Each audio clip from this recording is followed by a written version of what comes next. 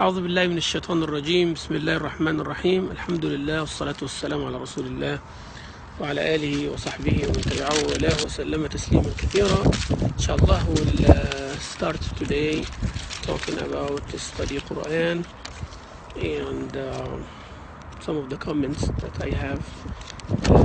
We'll start with the introduction, inshallah. It's such a beautiful day. I'm enjoying the sun here in Houston.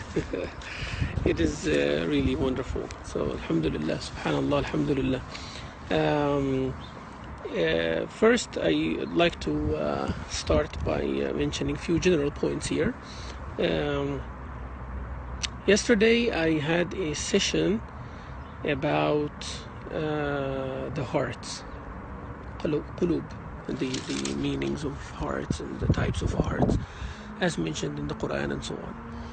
And I was speaking about the difference between the hearts when they are mentioned like qulub, the plural of qalb, versus fu'ad, in the sama' wal basara wal fu'ad, and the plural is af'ida. Also al-albab, the singular is lub. إن في ذلك الآيات لأولي الألباب. And after I finished, someone approached me and said, which Sufi silsila or madrasa or tariqa you are following. I said, I don't know what you mean. He said, are you following Naqshbandi or Jishti or this or that? I told him, I'm not following any. So he said, because this kalam only for the Sufis. I said, yeah, it means anybody else is not allowed to speak about it. Or he said, no, that's not what I meant, but my shuyukh, he's following a tariqa, yani Jishti, I think.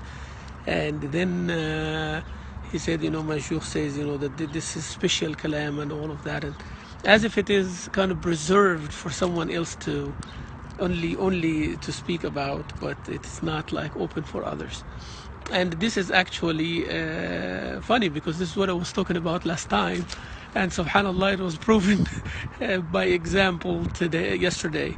So that's what I was trying to allude to, and I hope you inferred that when I was saying that there is, when you say there's zahir and the batin meaning in the Quran, and only certain people get the batin, certain people don't get, so to become entitled. And this is actually the biggest problem between the extreme Zahiri, who take only the literal thing and they want to impose it on people, and they go literal and they recruit people based on that. While on the other side, some people, they go batin, and as if every word in the Quran, it means something else different. It is not like what you think. It has some philosophical, in-depth wisdom that only certain people will get, but everyone else is shunned from it, so unless they follow our tariqah. So it is the same thing. It is ironical, both sides of the spectrum, they recruit it the same exact way, and then they start mudslinging on each other. So that's a problem. So anyways, I told the brothers, by the way, I studied all my life under scholars who represent all schools. I studied under Hanabila, and I'm sure everybody in academia knows what does that mean. When I said Hanabila, means the Ahl of Salaf and Al-Aqidah, the history goes, that word alludes to many things. So anyways, I studied under those. I studied under many of the Sufis, studied under many of the Asha'ira in Al-Azhar University, schools and university, tafsir and hadith and fiqh and aqidah and mantiq and all of that. Alhamdulillah Rabbil Alameen. And so I am the product of various disciplines, so diverse, Alhamdulillah Rabbil Alameen. So I have no prejudice against anyone, and I understand where everyone comes from, and I don't doubt the sincerity of all, Alhamdulillah Rabbil Alameen. But this does not prevent us from being objective. As some of the comments on my previous video, objectivity is something relative. You have to be subjective sometimes, like wasat. Everybody think moderate Islam means you have to be in the middle, not this, not that. And that's wrong, because sometimes you cannot be in the middle. If you are not on the right, you're in the left. If you're not in the left, you are in the right. So sometimes it's either black or white. And sometimes moderate means you have to stay in the middle. So if they have two extremes, you stay in the middle. And the closer you get to any side, the closer you are to those. But, you know, major sins, you cannot be in the middle. There's somebody committing them and someone not committing them. It's either you are or you are not. So objectivity is like that. Academic objectivity is like that. Everyone is biased. The people who did the study Quran are biased in a positive way, of course. I'm not saying that they're biased means bad. No, they have their biases. I do have mine. Everybody does, and that's where the conversation starts. Subhanallah, and the conversation continues because of that. So, anyways, you know, aside from all of that, let's talk about the introduction. And in relation, by the way, and I'm sure you know. My brother, Dr. Professor Lombard, he's going to be listening to this, inshallah Rabbil Alameen. So also the qulub, by the way, the qulub, af'idah, it translated the same as hearts in the Quran. But if you go in the Sufi tradition, read the book of Al-Hakim al-Tirmidhi, Al-Farq, and you will know that they are different. So when you talked about it in Surah Al-Imran, I think, when it translated as people of intellect, ulil albab, and the lub is not intellect. But anyways, in the qulub, lahum qulubun ya'qiluna biha, and all the words have qulub. It's translated in the study Quran as hearts. Af'ida also, inna as-sam'a wal basar wal fu'ad, as heart. You know, the sadr is the container. You have the qalb, and then you have the fu'ad, and then you have the lub. So it is like the eye. You have the whiteness of the eye, that is the sadr. You have the dark blue or gray or black or brown or hazel, whatever your eye color is, that is the qalb. And then the cornea, and then you have the pupil, which is the fu'ad, and the ability to see and discern, that is the lub. So translation has to be different. Anyways, if we go to the introduction here, I have the study Quran here with me. So when we see in the editorial board, and that's why I was talking about it last time, as I said, from academic perspective, when you read in the editorial board everyone's short biography, then you will know why they are translating it like that. Why I said what I said. There is a Sufi inclination, and some perennialism will be there. I don't want to judge people's belief, but their belief seeps into the translation. That's why we're going to talk about it here. So when we talk about Professor Syed Hussein Nasr, he himself said he is raised as a Shia Irani, but it is very hard to disassociate from the way you were raised. Very, very hard to do that. He's a professor of Islamic studies, and he's an international, as was written here, he's an international authority on Islamic philosophy, mysticism, art, and science, as well as comparative religion and ecology. Okay, so that's him here. So for him to be fair in presenting the other ideas as he is representing what he's a professional of, it becomes hard to be convinced with. So also Kaner Degali, Professor Kaner Degali, he's also he is a professor of religious studies at the College of Holy Cross. Great. He is a specialist in Sufism, again, that's two now, Islamic philosophy, interfaith dialogue, and Quranic studies. He, the one who translates Ibn Arabi, and that's extreme Sufi right there. Fusus al-Hikmah, a very controversial book. Not controversial in the American or Western academia, Orientalist academia, I'm sure. Not controversial among the Sufi traditions, but the rest, it is controversial. Philosophy and technology in Islam, you know, Ibn al-Arabi, mysticism and philosophy. Okay, the third, Maria Dakaki, She is specializing in Shiism, Sufism, and Islamic philosophy and theology. Okay, so that's 3 as well. Shiite Identity in Early Islam, and the co-editor of the Routledge Companion to the Quran. It's going to be forthcoming. All right. Then we have Professor Joseph Lombard. He's one of my friends, by the way, on Facebook here. He's assistant professor, Department of Arabic and Translation Studies at the American University of Sharjah, and he's an associate editor, and also he is a specialist in Quranic studies. Great. And guess what? Sufism, Islamic philosophy, comparative theology, and Islamic eco-theology. All right, and his books listed there. Then the last one, Muhammad Ruston. He is Associate Professor of Islamic Studies at Carleton University, specializing in, absolutely, Sufism, Islamic philosophy, and theology, and Quranic exegesis. He is the author of Triumph of Mercy, Philosophy and Scripture in the Mullah Sadra. That's what Professor Nasser always referred to. All right, so this is the editorial board. So now, when we get to their contribution, he supervised, Professor Nasser supervised the entire study Quran, including selecting the editorial board and the essay authors. Yeah, he selected them. So I'm not going to go much into that because I'm not here to dig in people's intention, but you know, we judge people by actions. So that brings us back to who's your consultant. There are many consultants. If you want to avoid the Salafi, Wahhabism, whatever you called it, you have scholars who are from the Ash'ari school, or from the Sufis and all that, scholars of Qira'at, scholars of linguistics, scholars of tafsir, scholars of hadith. You have many in Al-Azhar who knows Arabic, English, French, German, Persian, Urdu, whatever language you want. So I don't know what was the selection based on. They have to be certain, you know, people living in the United States, or they have to be on the same line of thinking. What was it?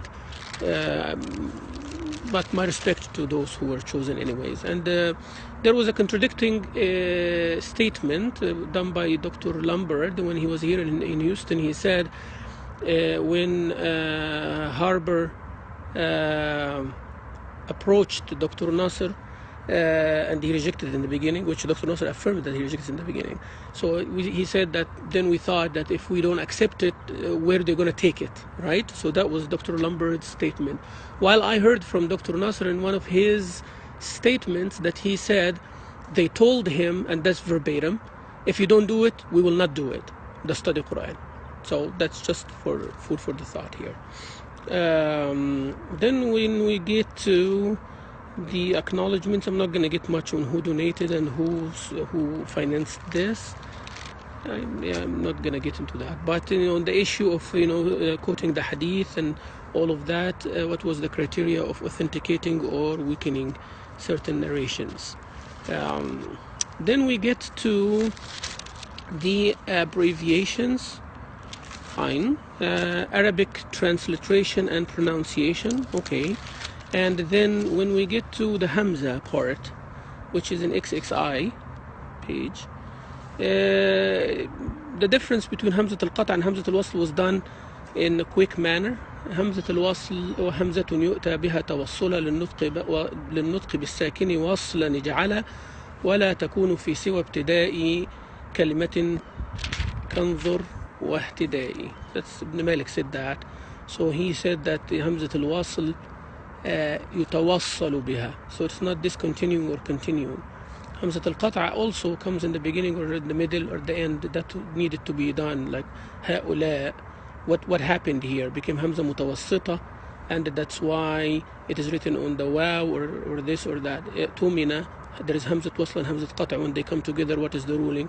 So this was not mentioned there. I don't know whether it was important or not, but since you went into some professional explanation, then you know where to stop. You know, this becomes hard to stop. Yeah. So. Discontinuing and continuing Hamza, I don't know, I mean, discontinuous. Connecting or disconnecting would be more accurate, I think. And then sun and the moon letters. Big debate about that, why they call sun and the moon. Actually, they call sun and the moon, I think, and I don't believe that's how I learned, and I did not find any other way, that because the main word in this section is shams, and the main word in the other section is al-qamar.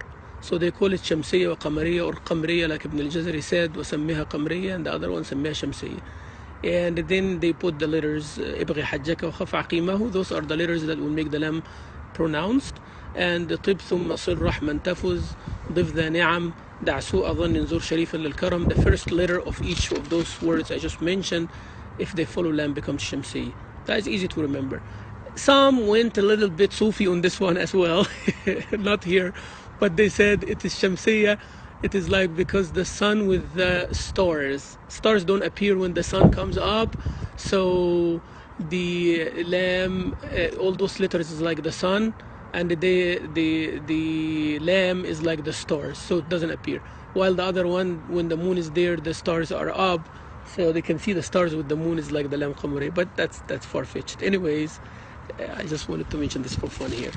Then, general introduction.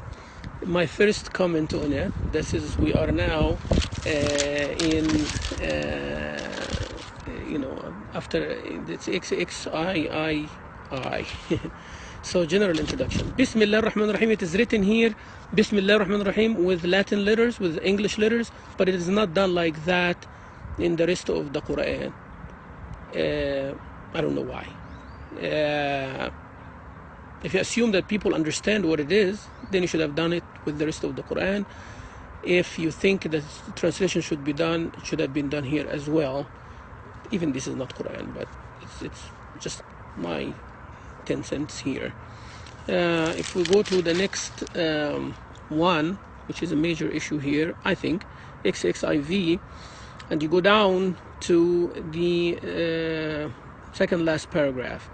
The book, according to Islam, this book, according to Islam, the Quran, was revealed by Gabriel, Jibreel alayhi salam, revealed by him. I don't know, revealed by, means he carried it, or it's ambiguous a little bit. Maybe my English is not that clear, but was revealed by Gabriel to the Prophet during the 23 years of his prophetic mission. طبعا تعريف القرآن here is missing. And I may be right that to avoid that Quran makhluk or not, but are you trying to accommodate the Mu'tazila, or I don't know, so it's kalamullah, the words of Allah. So Allah make kalam with it. How? Allahu a'lam, but Allah spoke with it. Allah uttered it. Kalam of Allah. But here it says that the author is God. So it says, although the words of the Quran came out of his mouth, means of Jibreel's mouth, its author is God. So mafhum al-mukhalafa in Arabic means the contradicting, it means it's construed here. If it is spoken by Jibreel but the author is God, means the author did not speak it. That's how I understand it. I don't know how you understand it, but it gives some strength to Al-Quran makhluk here. So I would recommend that this can be paraphrased in a better way. And it says, which existed with God on a level of reality beyond time, in what Muslims call the preserved tablet. Lawh al-Mahfuz, يعني, a level of reality beyond time. طبعا Allah is above time and place, so why do not say beyond time or place? So here you are taking away the physical aspect of Lawh al-Mahfuz for it to be some symbolic kind of thing. That's dangerous aqidah part. So something of the reality of the Prophet's soul is present in the Quran. What does that mean anyways? The Prophet's soul is present in the Quran. How? This is too much for me. I'm not that in depth. So then you have, it is very important, it should be followed. I leave along you something which is very important and should be followed. تركت فيكم ما إن تمسكتم به. He did not say, the Prophet did not say تركت فيكم شيئا مهما يجب عليكم اتباعه. That's the translation of what is written here. So the hadith saying تركت فيكم ما إن تمسكتم به لن تضلوا. I left among you, you will not go astray if you take hold of it after I am gone. That's fine, but what is very important and should be followed. Which is the rope stretched from heaven, حبل من الله, and my close relatives, وعترتي. طبعا this hadith is narrated in different ways في بخاري ومسلم. عترتي تركت فيكم ما تمسكتم به لن تضلوا بعدي أبدا كتاب الله وسنتي, the book of Allah and my sunnah. So this is more here of what the Shia holds to. Now this is good, but the other narration also should have been accommodated here. Then the next part, I know I'm going very slow, so I'm like that, so forgive me, but then we go to the message of Quran, the message of the Quran, XXV. If you have the book, God is one, at once impersonal and personal, transcendent and eminent, majestic and beautiful, beyond all that we can conceive, and yet nearer to us than our jugular vein. Meaning is great, but impersonal and personal. What does that mean? Physical and non-physical, or personal means he speaks to us general and on a personal level? I don't know. Then if you go down in that page, the testimony of faith in Islam, that is Ashhadu an la ilaha illallah, there is no God but God, a phrase that was revealed, and Dr. Lombard mentioned something about that, which was very confusing to many, about when you say Ashhadu, and it's kind of a hypocrisy, this and that. So I'm just going to leave that alone now. Then it says the Shahada also means, I don't know where that meaning came from. The Shahada also means that there is ultimately no beauty but the divine beauty, no goodness but the divine goodness, no power but the divine power, and so on. Metaphysically, it means that there is ultimately no reality but the divine reality. That is dangerous. There's no reality but the divine reality. Means the divine reality is reflected on each and every one of us. Now we go to Ibn Arabi and Rumi and all of that. We know how dangerous this can be. So really perplexing here. Not for me perplexing, but it will be perplexing. I know exactly what does that mean and who says it, what do they mean. But this is against the grain here of the majority of the believers. So no beauty but the divine beauty. إِنَّ اللَّهَ جَمِيلٌ يُحِبُّ الْجَمَالِ. Rasul Sallallahu Alaihi Wasallam said Allah is beautiful and he loves beauty. So that's the Prophet said, that it's hadith sahih. So how can you deny that there is no beauty but God's beauty? Now we are going to go symbolic and metaphorical and all of that. That becomes the problem, right? So also it has some this issue of al-hulul here.